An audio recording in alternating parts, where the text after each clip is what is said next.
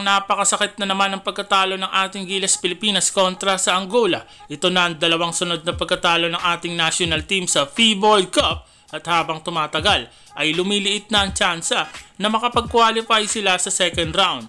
Of course, si Jordan Clarkson ang best player of the game na naka-score ng 21 points na may 7 assists na pinakasentro ng opensa ng ating national team.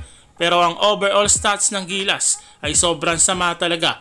Out-rebounded tayo ng Angola at ang pinakamasakit pa, sobrang baba ng ating shooting percentage. Mga 18% lang ata beyond the arc na naramdaman ng Gilas sa mga huling minuto ng laban. Pinatay din ng Angola ang Pilipinas sa 3 at ang masakit pa dito, halos walang bantay. Yung pinakamasakit pa, yung pag-gamble ni RR Pugoy sa depensa na napabayaan ng kalaban sa 3, ayun talo.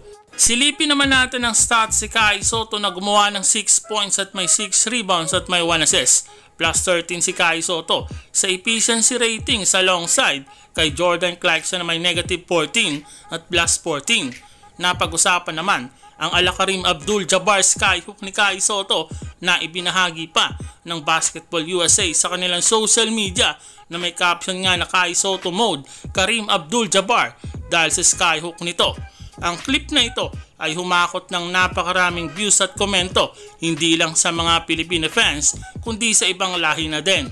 Maisingit lang natin kahit late nang naipasok si Renz Abando sa laban nila sa Angola ay nagbigay ito ng spark at nakahabol pa nga ng onte ang ating national team.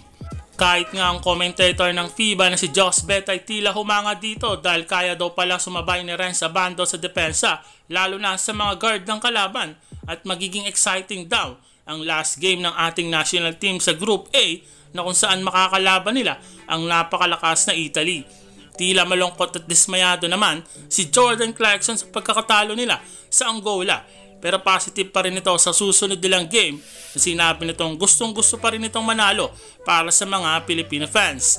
Ibibigay pa rin daw nito ang lahat para sa Pilipinas. Sa interview naman ni Atlanta Hawks star Bruno Fernando ng Angola ay binigyan ito ng credit sa Pilipinas dahil lumalaban daw ito hanggang sa dulo. Na-mention pa nga nito si AG Edu na nagpahirap daw sa kanya sa depensa. Sa interview naman ni Coach Shot ay sinabi nito na magsishift na agad ang focus nila sa susunod nilang makakalaban ng Italy. Hindi daw nito iniisip ang ilang senaryo na hindi nila kontrol. Umaasa daw si Coach Shot na matalo ang Japan next game dahil meron na silang panalo sa Finland.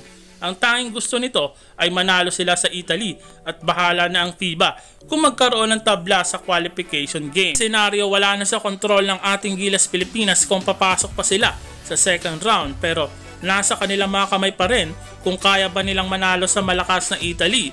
At base sa ilang report, 13 points dapat ang mailamang ng Pilipinas sa Italy at matalo ang Angola next game para may chance pa sila makapasok sa next round.